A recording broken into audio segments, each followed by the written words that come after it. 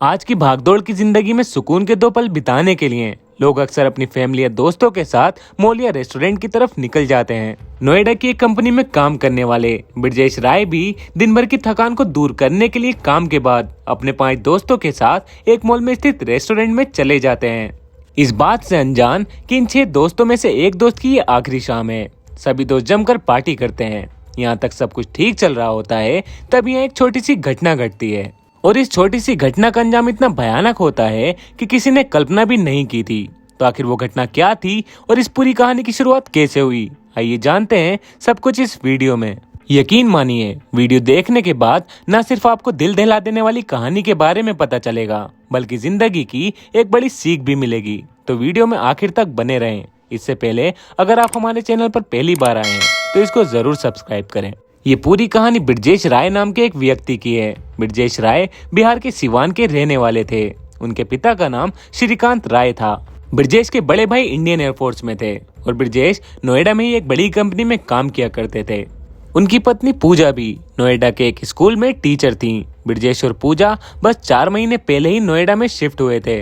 ब्रजेश और पूजा के 2 बच्चे भी थे। 2022 में अप्रैल के महीने में ब्रजेश राय किसी काम से अपने गांव सिवान आते हैं। यहाँ कुछ दिनों तक रहने के बाद वो 25 अप्रैल 2022 को नोएडा वापस चले जाते हैं। थोड़ी देर घर पर रुकते हैं और फिर उसी दिन ऑफिस चले जाते हैं। ऑफिस में काम के दौरान ब्रजेश के दोस्त शाम को पार्टी करने का प्लान करते हैं। अब इसी के बाद ब्रजेश अपनी पत्नी पूजा को फोन करके कहते हैं कि आज मुझे घर पे आने में देरी हो जाएगी। इस पर पूजा कहती है कि मुझे एक चार्जर चाहिए, वो मुझे तुम ला कर दो और फिर चले जाना। इस कारण ब्रजेश ऑफिस से सीधे पार्टी में ना जाकर चार्जर लेकर घर आते हैं और अपनी पत्नी को चार्जर देकर वहां से पार्टी के लिए निकल जाते हैं। ब्रजेश पार्टी के लिए तो निकल जाते हैं, पर तय समय के अनुसार वे घर वापस नहीं आते। ब्रजेश की पत्नी घर पर उसका इंतजार करती रहती है, मगर ब्रजेश काफी देर तक वापस नहीं आते हैं।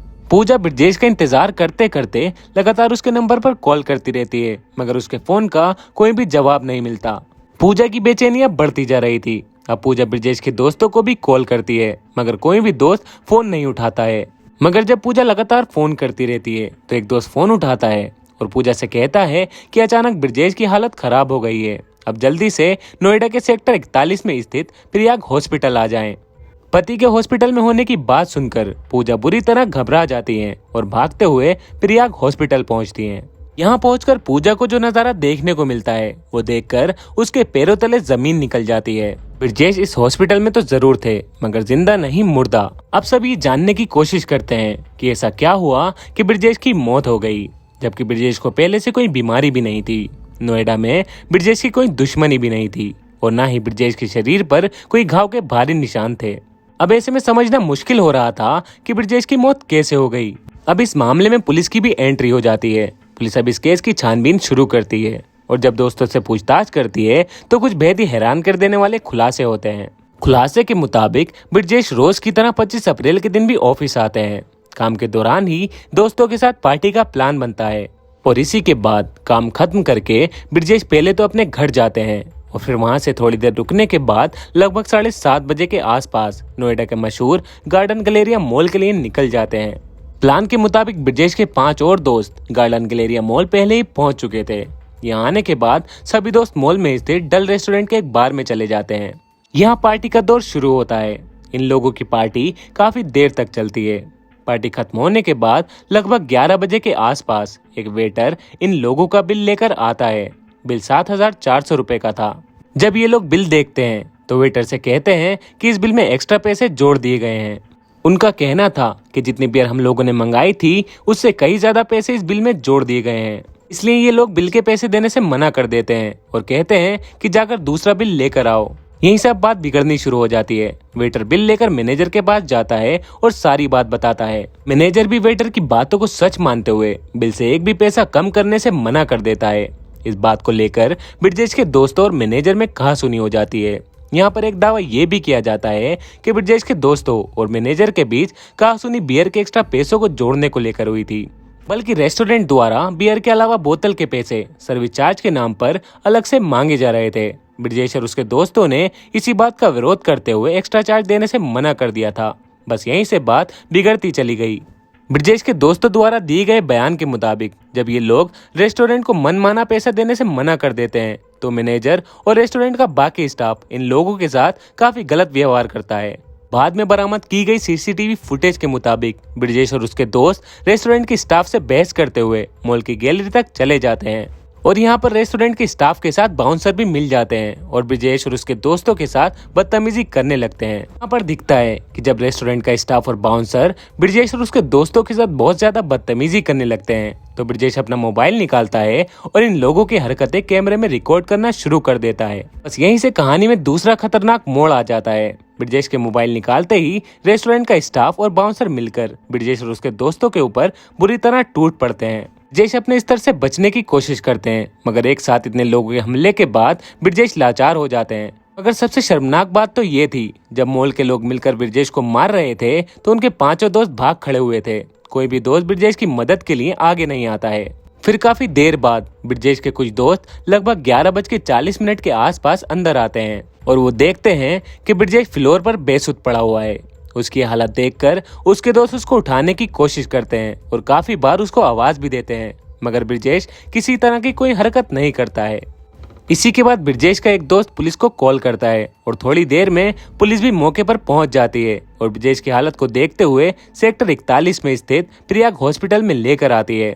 हॉस्पिटल आते ही ब्रजेश को इमरजेंसी वार्ड में शिफ्ट किया जाता है जहां तुरंत इसका इलाज शुरू कर दिया जाता है। मगर कुछ ही मिनट यानी रात के 12 बजे के आसपास हॉस्पिटल के डॉक्टर ब्रजेश को मृत घोषित कर देते हैं। हॉस्पिटल द्वारा ब्रजेश को मृत घोषित किए जाने के बाद पुलिस शव को अपने कब्जे में लेते हुए पोस्टमार्टम के लिए भेज देती है।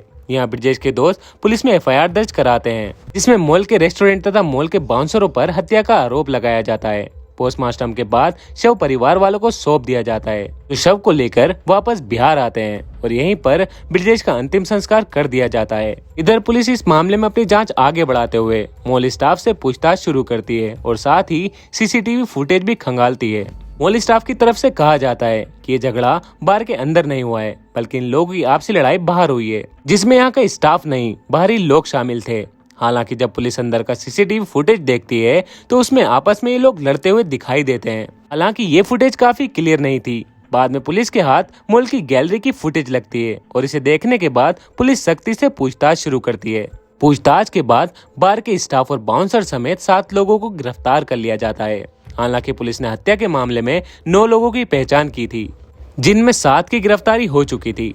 पुलिस जिन 7 लोगों को गिरफ्तार करती है उसमें मॉल के 2 सिक्योरिटी गार्ड और बाकी 5 स्टाफ के लोग थे। इस मामले में 2 आरोपी फरार थे मगर पुलिस उन्हें कुछ दिनों बाद गिरफ्तार कर लेती है। फिलहाल सभी आरोपी जेल में हैं। बार के स्टाफ को गिरफ्तार करने के अलावा पुलिस पूरे रेस्टोरेंट को भी सीज कर देती है ताकि सबूत के साथ कोई छेड़छाड़ ना हो सके। कुछ दिनों बाद ब्रजेश राय की पोस्टमार्टम रिपोर्ट भी आ जाती है जिससे खुलासा होता है कि ब्रजेश की बुरी तरह से पिटाई की गई थी। उस सर पर जोरदार वार हुआ था। पेट में अंदरूनी चोट लगने की वजह से पसलियां टूट गई थीं, जो मौत की वजह बन गईं। वैसे तो पुलिस की नजर में मॉल के स्टाफ और बाउंसर ही जिम्मेदार थे पर ब्रजेश की पत्नी पूजा उनके साथ पार्टी करने वाले दोस्तों पर गंभीर आरोप लगाती है। पूजा के मुताबिक ब्रजेश के साथ इतनी बड़ी घटना हो गई पर उनके किसी भी दोस्त ने उन्हें इसकी जानकारी नहीं दी। उनके दोस्तों को लगातार फोन करती रहीं पर किसी भी दोस्त ने उनका फोन उठाना जरूरी नहीं समझा। पूजा उनके दोस्तों के खिलाफ ये बयान देती है कि ये बात यकीन लायक ही नहीं है कि सिर्फ 7400 रुपए के लिए लड़ाई इतनी ज्यादा बढ़ गई कि किसी की मौत पर जाकर रुकी। पूजा को लगता है कि इस मामले में कुछ ना कुछ तो ऐसा है जिसे ये दोस्त छुपा रहे हैं। जब ये लड़ाई हो रही थी तो ब्रजेश के दोस्त उनको अकेला छोड़कर भाग क्यों गए थे, कोई साथ देने क्यों नहीं आया था। पुलिस पूजा की शिकायत के बाद इस एंगल से भी लंबे समय तक जांच करती है मगर दोस्तों के खिलाफ कोई भी सबूत नहीं मिलता है। पुलिस भले ही इस हत्या की वजह बिल को लेकर हुए झगड़े को मानती हो पर ब्रजेश के परिवार वालों के मुताबिक ये पूरी प्लानिंग के साथ की गई हत्या है जिसमें कहीं न कहीं दोस्तों द्वारा काफी कुछ छुपाने की कोशिश की गई। फिलहाल ये मामला अदालत में है और अब तक किसी भी आरोपी को सजा नहीं हुई है। तो दोस्तों ये थी ब्रजेश राय हत्याकांड की पूरी कहानी। मैं उम्मीद करता हूँ आपको ये वीडियो जरूर पसंद आई होगी।